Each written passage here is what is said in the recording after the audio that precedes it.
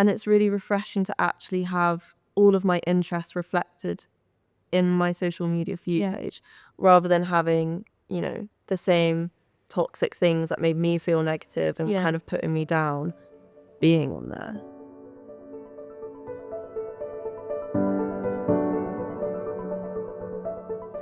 I'm Laura, I'm a cognitive behavioural therapist and I offer people therapy for eating disorders. I'm Helena, I'm Youth Ambassador for CAMS, and I'm hoping to change the service by being an ex-service user. I guess, social media is quite a big topic in eating disorders, isn't it? Yeah, I think what I found is that a lot of parents, or at least my parents, always thought that social media was the cause for an eating disorder, but I don't think that's the case. I think that's actually a really big misconception of social media. I think a lot of the times, for me as well, it was very much a subconscious thing. It's like it was only in hindsight, when I recovered and was through it all, that I could look back and be like, maybe it did have an effect, and maybe it was kind of there at the back of my mind, but it definitely wasn't something where I, you know, saw people with an eating disorder and aspired for that. It was more like the eating disorder happened for a multitude of other reasons. And maybe social media was like a tiny little percent in that, which kind of spurred me on or gave me ideas, or maybe kind of, I guess you could say, gave me an image of what I wanted to look like, but it wasn't necessarily me seeing someone and being like, that's my goal. Sometimes people do say, oh, you know, I saw this particular image on my feed and I came away feeling bad about myself, or I noticed I was comparing myself to that person, or comparing, you know, what I eat to what they eat in a day, and that sort of thing. I think something that I found really interesting was that a lot of the time with comparison, you don't realize online that you might be comparing yourself to someone who's actually ill themselves. Yes. And I think what's really damaging with social media is you get so many recovery accounts who prioritize fitness and prioritize veganism. And again, I think you definitely can have both and still be recovered, but I think a lot of the time people use that as a substitute for recovery. It's kind of like they're not 100% recovered.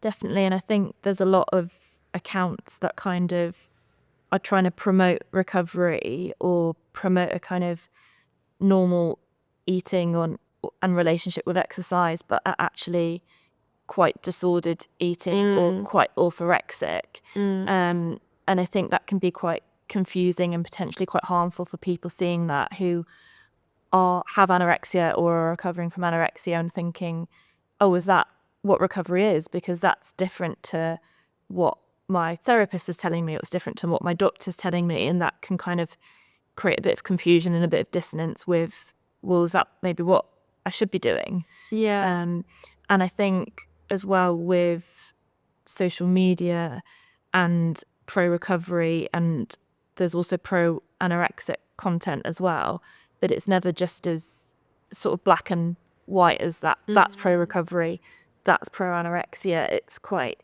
nuanced. I think the difficulty with social media and all these people posting on content is that it's a snapshot of their life. Like, it could be one moment out of that day or a few hours out of that day. And when people are making comparisons, they might think, well, that's how they're eating or what they're doing every day. I should be doing this. Whereas actually, we don't know how that person is spending the rest of the time in that day or the rest of that week, which can be quite harmful. And I think it's the same with influencers, if you will, or like people online posting pictures of themselves. Like, they're always going to choose to post pictures of themselves that they look best in.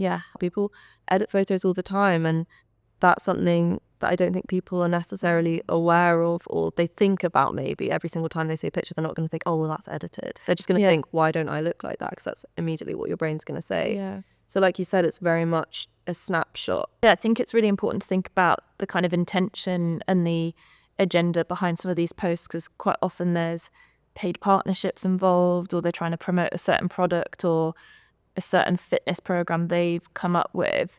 And I'm not saying that the influencers are kind of intentionally making people feel bad about themselves, but there is something about engaging with that content and kind of been drawn into then using those products, buying those products, and just thinking about, is this having a harmful impact up on me? Yeah, and I think that's the issue with algorithms as well. It's like you might follow an influencer who is promoting something to do with fitness, and then because of that, your phone then thinks that's what you're interested in. Yeah. So it'll give you one video, and then you might spend a certain amount of time looking at it, and then you'll get more and more and more. And then before you know it, your whole For You page is just covered in fitness or that algorithm suggesting. So I think it can become quite trapping, almost quite claustrophobic. It can feel like you can't really escape it. And I think the nature of eating disorders is that they make your life very narrow. Yes. And that's almost reflected in how you might engage with social media, where you're purely being shown posts about exercising or dieting, and there's no room for any other interests or any other areas of your life that you might value. And actually, kind of, if you're logging onto Instagram or TikTok and all you're getting is that kind of content, it's going to reinforce the eating disorder and kind of further isolate you and cut you off from those areas of your life that are important to you. Yeah, definitely. The eating disorder is so controlling and so overpowering. It really does shut out everything else in your life. I do think there's a place for social media being quite helpful for people in recovery. I think there's some really good accounts that can help to normalize how people might be feeling in their recovery journey, but also to kind of normalize the way they're eating is helpful for recovery. Yeah, I found it really refreshing to actually find a recovery account that was a real recovery account. Yeah. To actually find a normal meal plan in my eyes, and a meal plan that really was resembled the one I was given, was so refreshing, because a lot of the time in ED recovery, the meal plan you're given is obviously a lot more than what people normally eat because you're having to gain weight. And I really struggled with my family as well, and comparing myself to my brother and sister, because I was having to eat a lot more than they did, and I felt like no one really understood how difficult it was. Like, they didn't understand how hard it is to eat when you genuinely don't feel hungry. And I think to actually see an account that was eating as much as I was, it just felt so relieving. And I was like, I knew that I wouldn't be the only one, because I was like, this is a meal plan they hand out to everyone with ED recovery, but I think online you don't see it. And I was like, to finally actually see it makes me feel so much better about myself, because I was like, I'm not the only one having 10 puddings a day, that's me exaggerating, but that's what it felt like. So to actually kind of have that friend, I guess, in the back of my mind, where I was like, okay, no, like, she's doing it too, like, we're in this together. And then seeing, throughout recovery, her life get so much bigger, and everything, she would start to go out again, she'd start to see her friends, she'd go back to school, like, seeing all of that was really motivating, because like, oh, okay, like, that can be a possibility for me too. I don't have to just sit at home and eat my meals. Like, I can see my friends, and I can go back to school, and I can go to concerts, and I can go out. Like, there were all these possibilities that I guess I saw for myself, which I saw on an actual recovery account online. I think it can instill hope in people as well, that I can do this, and I can get to that point that person who I'm following is at. I also find that they online have been very creative at getting people to like challenge their eating disorders. So whether, I think with the people I follow, a lot of it's kind of going to restaurants that used to scare me, like going back and choosing something different on the menu, or eating something like one extra snack a day. It's just little changes like that, and actually seeing again the fear on social media, seeing people being scared of that, and being like, oh, okay, I am feeling a bit anxious about doing this, but then they do it, and it's like, okay, like, I've done it. Maybe not feeling amazing about it, but I've done it, and that's the important thing. I think that again is really motivating, and I guess inspiring, because it's just nice to see it being positively challenged, instead of it kind of resulting in this fitness vibe that we spoke about earlier. I definitely think it can give people some really good ideas of things that they can do like you say, to challenge their eating disorder, and also how they could maybe involve friends and family members, because like you say, it can be really easy to kind of go down the this is what I should eat and this is how I should exercise sort of route, which is quite isolating. And I think as well, I think is a really interesting point to make is that following those accounts as well, it's nice to not have recovery as this linear trajectory, because recovery is really up and down. And even for me, recovery has not been something linear. It's been very, very up and down. It's, gone through relapses, gone through going back to my GP. But, there's also been those great moments where it's like, I am just eating what I want and not thinking about it. And it's, Yes. That's such a great moment to have. But I think sometimes, again, that's all that recovery accounts show. Anorexia is this very, I almost want to say like dedicated illness. It's very, like you have to or be the best at it and therefore be the worst because you're so ill. Yeah. So to kind of, people want that in recovery as well. They want to be, not at the start, of course, but once you kind of get through it, it's this real sense of just wanting to prove yourself. So I think when you have those bumps along the way, it's nice to see that reflected in other accounts as well. And again, hear the fact that recovery isn't one straight upwards hill. Yeah, I think it sounds like what you're getting at there a bit is that, in eating disorders, there's quite a lot of perfectionism. Not for everyone, but for a lot of people, that is their experience. And I think following accounts that can model and show that it's okay to make mistakes and it is okay to slip up and that you can pick yourself back up and get back on track, then that's positive. I don't think people need to necessarily follow like 10 recovery accounts and have a constant feed of like, you've got this. Yeah, exactly. You don't necessarily need to watch or follow 100 accounts of people in recovery posting every day their meal plans and their struggles, because again, whilst that's helpful, it might be overwhelming. So yeah, kind of mixing it in with other things that are maybe a bit more subtle but still really helpful and really positive. One of the things I found really helpful when recovering from ED was controlling what content I saw.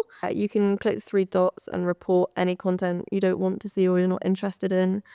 I think with anorexia it's really difficult, and with an eating disorder as a whole, it's really difficult when you're in the thick of it to actually report content like that, because that's something you want to see. But I think it's, especially in recovery, it's really important to actually be like, you know what, I don't need this anymore. Like I need to stop consuming it, stop having it on my mind, because the mere fact it's on your mind, again, subconsciously will play a part in the eating disorder. Yeah. Whether it's like in a difficult moment, you'll just remember that post and be like, oh yeah, I want to look like that. So I think actually just completely removing that factor and not having that expectation is really helpful. I think going back to what we were saying earlier, how the eating disorder, the nature of it makes people feel quite isolated and kind of have a very narrow interest, and that's often reflected on social media.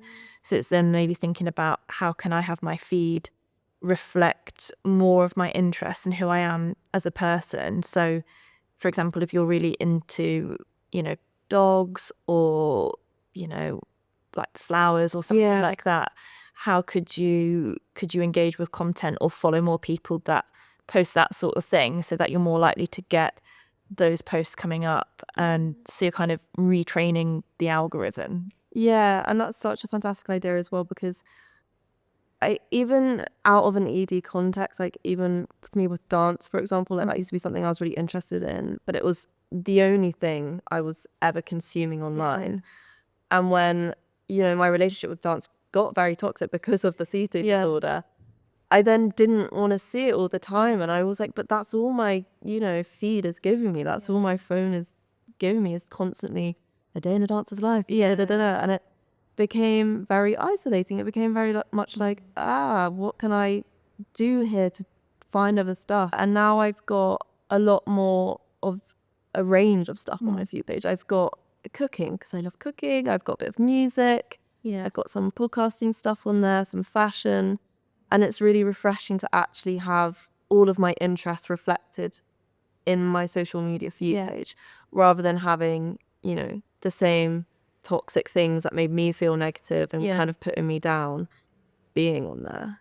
And I think as well, it sounds like you kind of took yourself away from the dance content for a while, but also, and I think what might be helpful for people is that they can do that if they have an interest that they're genuinely interested in, but at that point in time is quite unhelpful for their recovery. Just seeing it as a temporary measure, and kind of muting or blocking accounts just for the time being and thinking, I'm going to reevaluate this, and when I'm feeling a bit better in myself, then I will unblock those accounts or kind of add them back into my feed, because I'll be able to engage in that interest, like dance or tennis or gymnastics or whatever it might be, but in a bit more of a helpful way that's not driven by the eating disorder. Yeah, I think as well there are so many good ways you can restrict your time on a phone. I think it's really important to keep in check with reality. I think even if you're consuming like helpful content on your phone, you don't want to build that connection with it. You don't want to make your phone your reality. It's just sometimes talking about how you feel as well, instead of kind of releasing it through your phone and through social media, is really helpful. And actually connecting with people and being like, not really having the greatest day, instead of, scrolling away and kind of ignoring what's going on up there. Exactly. And I think it's not helpful or healthy for anyone to spend lots of time on their phone. So thinking about, like you said, could you do something different? Could you go and speak to a family member or a friend or something? But also maybe thinking about setting limits, and perhaps, I know there's certain apps you can download where you can block access to that app for a certain amount of hours a day or something. So you're kind of putting in an external measure to manage how much time you're spending on your phone. And I think it can be really demotivating as well when you're recovering from an ED, because a lot of your activities are stopped. So it can be difficult to kind of find the motivation for life and find motivation to get off your phone, because it's kind of like, well, that's the only entertainment I have around me. But there are so many other ways you can, or like so many other hobbies you can get stuck into. Whether with me it was poetry writing, got very stuck into that, but or whether it's, consuming music, or whether it's learning about something new, it could be watching sports. It's just finding distractions that aren't your phone. I think is really important. Definitely. And engaging in those interests that are outside of the eating disorder, and those interests that might be coming up on your social media feed, but kind of injecting that into your real life and thinking about how can I engage with those without sort of scrolling on my phone. It's almost like rediscovering life without the control of the ED. It's like, okay, what do I enjoy because I'm actually here to enjoy it, not because my head's telling me you need to do this. If you'd like more information, you can visit the Best For You or the Freed website. If you need help, text NATTER to 85258 or call the NHS at 111.